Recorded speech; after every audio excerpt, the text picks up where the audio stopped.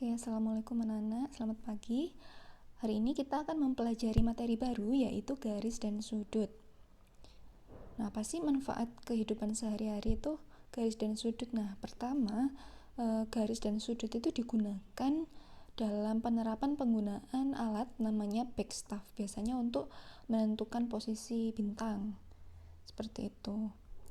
Kemudian, kalian pasti tidak asing dengan rel kereta api kan? Nah, jalurnya itu bisa kalian lihat, garis yang kuning adalah penerapan garis sejajar.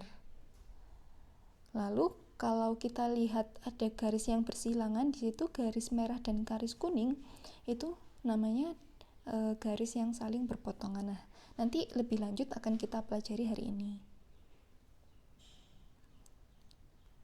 Oke, di sini kita membicarakan ada 4 istilah. Yang pertama titik, garis, sinar garis, ruas garis. Apakah sama sih keempat ini? Oke, kita bahas satu-satu. Pertama kita bahas titik terlebih dahulu. Jadi di matematika itu titik, garis, dan bidang itu termasuk undefined terms atau istilah yang tidak bisa didefinisikan. Kita nggak bisa mengartikan titik itu apa, kan susah ya. Begitu juga di matematika juga kesulitan, jadi kita bisanya mendeskripsikan. Nah, di sini titik itu dideskripsikan, dia itu tidak punya panjang dan lebar atau ukuran, digambarkan dalam bentuk noktah. Noktah itu ya setitik itu. Dinotasikan dengan huruf kapital, misal titik A, titik B, dan seterusnya. Nah, di sini bisa dilihat representasi titik seperti itu. Yang kedua adalah garis. Oke.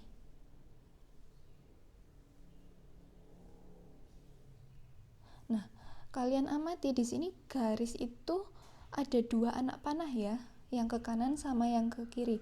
Lalu yang dilingkari merah itu menandakan titik-titik sebanyak tak hingga. Jadi garis itu sebenarnya kumpulan dari titik-titik yang jumlahnya sangat banyak sehingga membentuk garis lurus. Kemudian yang di bawah itu kita bisa membuat garis itu dari 2 titik, kan sudah terbentuk garis ya. Di sini garis K kita menamainya. Nah, cara menuliskannya garis AB itu seperti itu. Jadi kita bisa menyebutnya garis AB atau garis K. Kalau biasanya garis K itu pakai huruf kecil. Nah, kalau kita mau menyingkat itu dengan menulis titik yang dilewati, lalu di atasnya dikasih panah 2 arah seperti itu. Oke, next. Sekarang kita bahas sinar garis. Apa sih sinar garis? Nah, coba dilihat di sini OA merupakan sinar garis. Kira-kira apa perbedaan dengan yang garis tadi? Bisa diamati? Panahnya ya, kalau sinar garis itu panahnya cuma satu, ke kanan atau ke kiri, atau ke atas atau ke bawah, sementara yang satu itu berupa titik. Nah, di sini titik O dinamakan titik pangkal. Jadi titik awal mula sinar garis itu dibuat. Lalu yang A itu dia anak panah kan, itu menandakan tidak ada ujungnya. Jadi tidak berujung, sama seperti garis tadi. Garis tadi kan kanan kirinya panah, itu maksudnya meskipun kalau kita menggambar itu biasanya garis itu cuma pendek gitu ya, padahal garis itu bisa diperpanjang sampai tak hingga. Kalau sinar garis yang memanjang itu salah satu saja. Itu perbedaannya. Nah, cara menulisnya seperti itu. Kalau kita mau menulis sinar garis OA, dalam bentuk singkatnya adalah OA, lalu di atasnya adalah panah. Satu panah saja ya. Nah, di sini kita harus diperhatikan kalau kita melihat tadi garis AB misalkan, itu kan dua-duanya ada panahnya. Jadi kalau kita menyebut garis BA, boleh apa tidak menurut kalian? Oke, sambil dipikirkan ya. Jadi kalau misalkan garis AB, bisa nggak kita menyebutnya garis BA? Jawabannya boleh ya, karena sama aja, tidak ada bedanya. Sementara sinar garis, kalau kita menyebutnya untuk gambar yang ini, yang benar adalah sinar garis OA. Jadi menyebutnya itu titik pangkalnya disebut terlebih dahulu. Kalau kita menulis sinar garis AO itu maksudnya titik pangkalnya di A lah, kan beda. Jadi tidak sama ya sinar garis OA dan AO. Yang ketiga adalah ruas garis. Kalau bahasa Inggrisnya adalah segmen. Apa sih? Nah, jadi kalau ruas garis itu dua-duanya dia punya titik pangkal dan titik ujung. Seperti ini. Jadi A dan B itu sama-sama sebagai titik pangkal dan titik ujung. Kalau kita menyebutnya ruas garis AB, bisa juga kita menyebutnya garis BA karena tidak ada bedanya. Nah, cara menotasikannya adalah menulisnya dengan AB, lalu di atasnya ada garis tanpa panah. Nah, kemudian kita mau melihat ilustrasi titik, garis, sinar garis, ruas garis dengan aplikasi GeoGebra untuk melihatnya secara lebih jelas. Oke, kita simak dulu videonya. Nah, sekarang kita ingin belajar apa sih bedanya titik garis, sinar garis, dan ruas garis.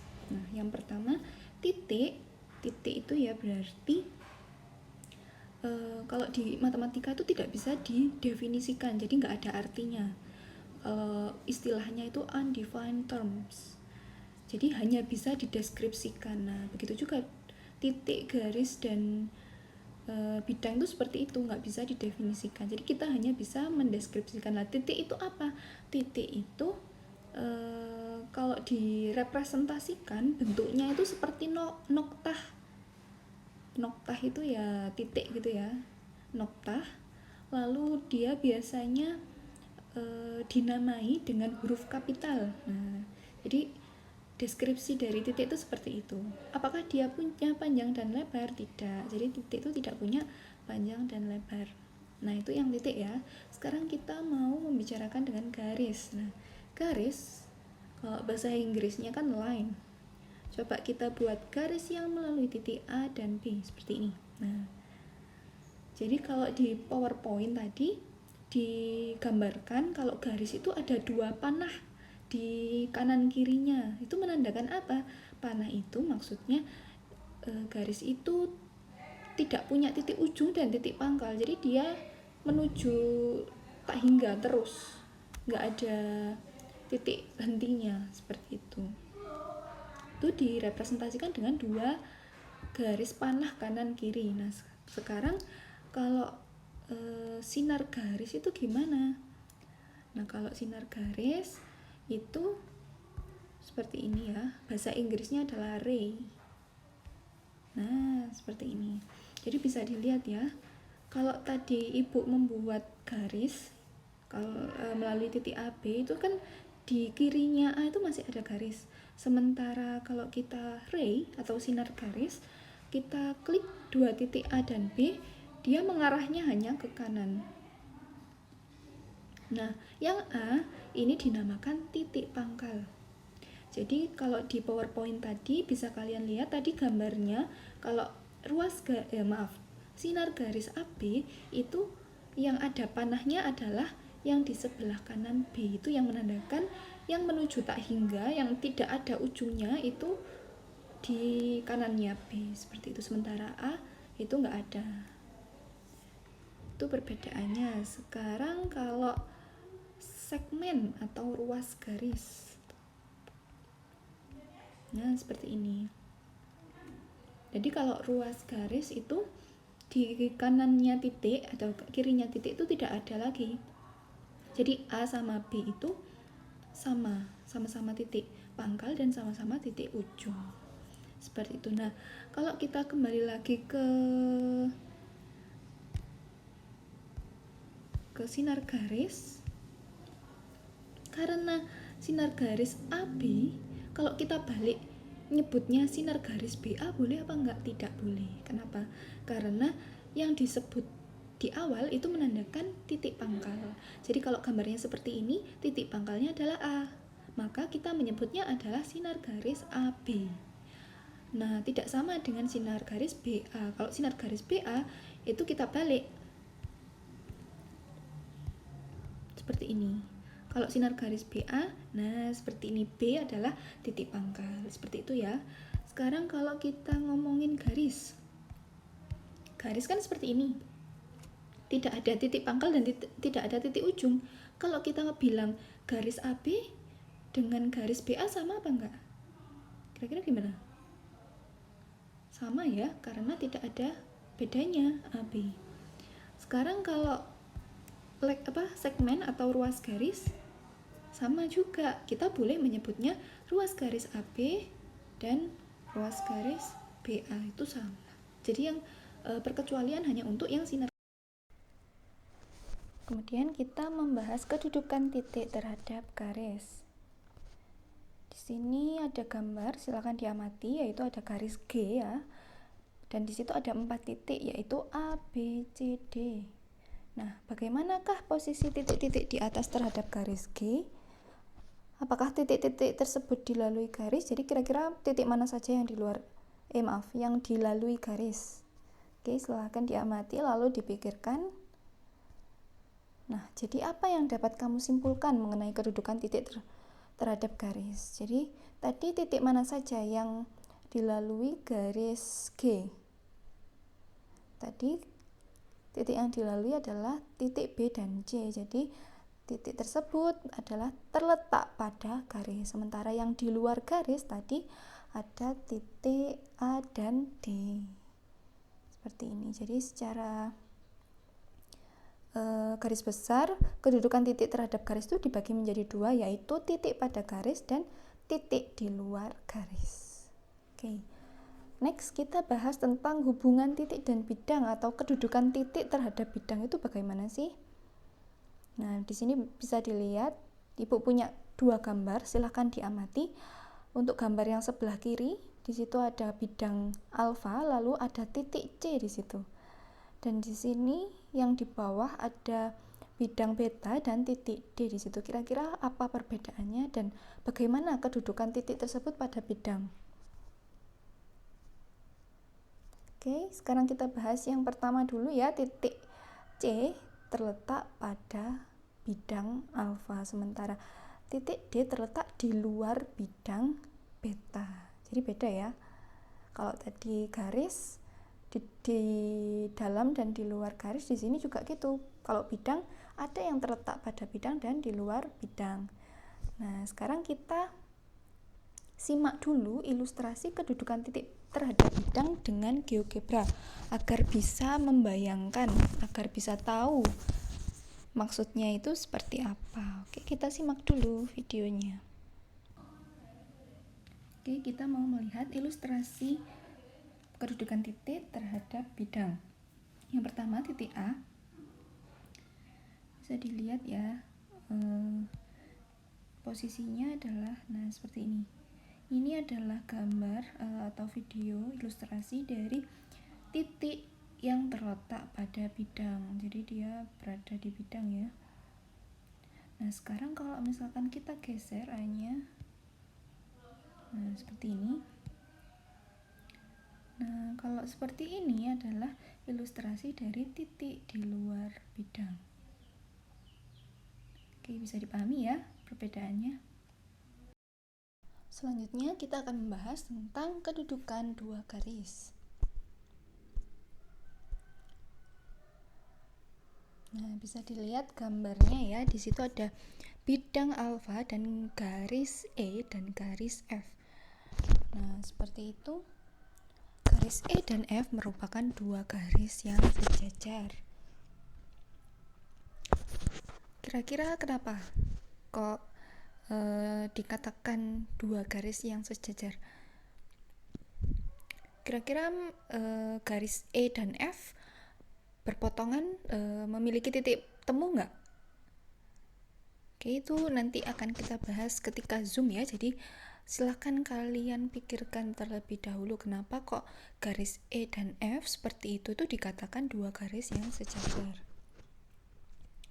Sekarang di sini ada 2 gambar. Ada garis N dan M, dia berpotongan seperti itu. Sementara garis C dan D posisinya seperti itu. Kita lihat kedudukan garis yang seperti ini tuh dikatakan garis apa sih? Nah, garis M dan N merupakan dua garis yang tidak sejajar atau berpotongan. Begitu juga untuk garis C dan D. Duh, itu yang C sama D kan tidak bertemu Bu, tidak berpotongan. Kenapa kok disebut berpotongan? Nah, kalian ingat lagi tadi garis itu apa sih? Garis itu kan ada dua panah, itu maksudnya garis itu bisa dipanjangkan, itu masih panjang ya, jadi masih lurus sampai ke bawah sampai ke atas. Nah, kalau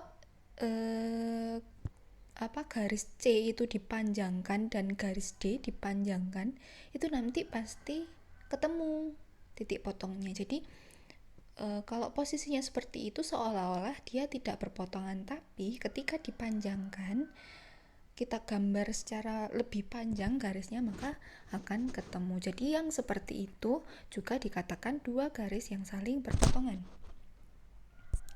Oke, yang bawah ini ada garis K dan garis L.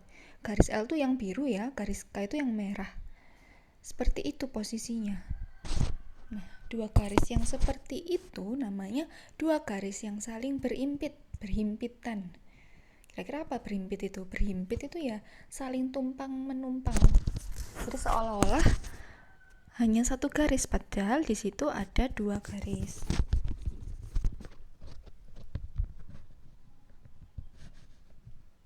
Next. Di sini ada garis G dan H. Garis G dan H merupakan dua garis yang bersilangan. Nah, kalau kalian masih meraba-raba kedudukan dua garis ini, kita lihat ilustrasi kedudukan garis dengan GeoGebra. Kita lihat dulu video berikut. Nah, sekarang Ibu ingin menunjukkan ke kalian ilustrasi kedudukan dua garis. Nah, yang pertama Ibu ingin memperlihatkan ilustrasi kedudukan garis yang saling sejajar. Oke, di sini ada titik A dan B, titik B. Keduanya terletak pada suatu bidang. Nah, sekarang kita bisa membuat garis yang melalui titik A dan B. Nah, seperti ini ya. Kita bisa cek dulu. Nah, seperti ini tampilannya. Nah, sekarang untuk membuat garis yang sejajar, kita perlu titik, misalkan titik C. Titik C juga berada pada bidang yang sama dengan titik A dan B seperti ini ya. Kita bisa membuat garis yang saling sejajar. Nah, seperti ini. Jadi, dua garis yang saling sejajar itu tidak ada persekutuan atau tidak akan ketemu, tidak akan berpotongan kedua garis ini. Tampilannya seperti ini, dan bisa dilihat kan jarak kedua garisnya itu selalu sama. Nah, seperti ini. Nah, sekarang Ibu akan mengilustrasikan tentang kedudukan dua garis yang saling berhimpit. Nah, ini ya, ada dua garis yang saling berpotongan. Kalau misalkan kita pindahkan, kita geser garis yang sebentar. Nah, salah satu garis sehingga dia berhimpit dengan garis yang lainnya. Nah, seperti ini. Jadi seolah-olah menjadi satu garis, padahal ada dua garis di sini. Nah, ini kira-kira ilustrasi dua garis yang saling berhimpit. Mau menunjukkan ke kalian ilustrasi dua garis yang saling bersilangan. Nah, misalkan di sini ada kubus A, B, C, D, E, F, G, H. Lalu ada dua garis. Garis yang pertama adalah garis yang melalui titik H dan C. Nah, ini ya, yang sebelah sini. Lalu ada garis lain yang melalui titik F, A dan terletak pada bidang A, B, F, E. Nah, bisa dilihat dua garis ini terletak pada bidang yang berbeda, tapi bidangnya saling sejajar. Dan karena itu meskipun posisinya kalau dilihat dari sini, dari depan tuh seolah-olah berpotongan, padahal dia hanya bersilangan. Jadi definisi dari dua garis yang saling bersilangan itu dia tidak akan memiliki perpotongan atau persekutuan karena terletak pada bidang yang berbeda. Seperti ini. Kalau coba kita hilangkan kubusnya biar lebih jelas, nah seperti ini.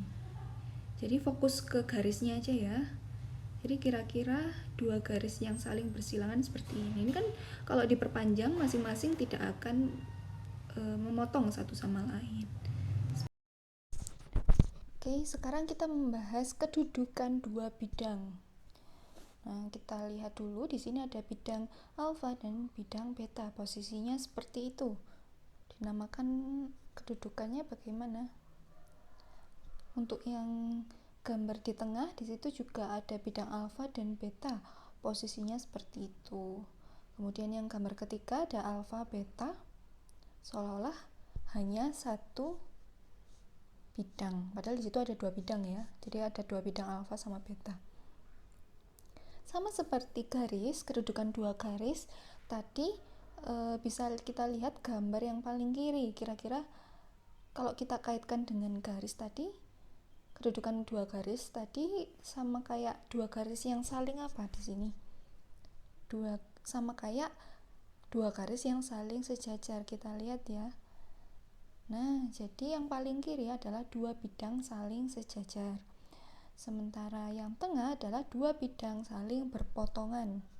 Dan yang ketiga adalah dua bidang saling berhimpit.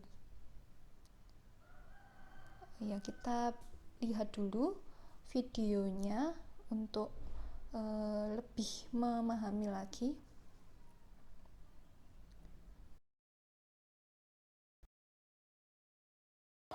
Sekarang kita akan melihat ilustrasi dua bidang yang saling sejajar. Di sini Ibu punya suatu bidang dan ada suatu titik yang terletak di luar bidang. Ini di luar ya, seperti ini. Nah, lalu kita bisa membuat bidang yang sejajar dengan bidang yang di bawah. Nah, seperti ini ilustrasinya. Ini ya, jadi kedua bidang ini juga tidak akan memotong satu sama lain. Nah, bisa dilihat jaraknya juga selalu sama. Nah, seperti ini. Nah, sekarang Ibu ingin menunjukkan kalau gimana sih dua bidang yang saling berhimpit itu. Nah, jadi saling berhimpit itu ya saling tumpuk satu sama lain sehingga seolah-olah menjadi satu bidang. Seperti ini. Nah, kalau kita lihat kan kalau segaris kan seperti satu bidang. Nah, ini ilustrasi dua bidang yang saling berhimpit. Nah, kalau ilustrasi dua bidang yang saling berpotongan itu bagaimana? Seperti ini ya. Jadi kita punya suatu bidang abu-abu dan bidang warna toska. Mereka saling berpotongan. Nah, perpotongannya coba dilihat. Perpotongan bidang itu berupa apa? Bisa diamati? Nah, jadi perpotongannya ini berupa garis ya, garis lurus. Seperti ini. Ini ada 3 hal yang perlu kalian pikirkan. Jadi bisa kalian tulis di buku kalian, terserah. Nanti akan kita bahas di Zoom. Jadi di sini ada 3 ya.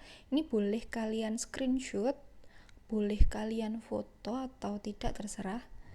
Yang penting 3 hal ini nanti akan kita bahas di Zoom ya. Silakan dicermati dulu atau silakan di screenshot apabila mau agar mempermudah ketika mengerjakannya. Dan yang terakhir ini silahkan dicoba. Jadi kalian belajar untuk menentukan kedudukan titik terhadap garis bagaimana, terus dua garis yang saling sejajar itu dengan apa, yang mana, lalu bidang-bidang yang saling sejajar yang mana, silahkan. Oke, silahkan di screenshot lalu dikerjakan. Oke, terima kasih atas perhatiannya, selamat belajar. Nanti kita sambung di Zoom.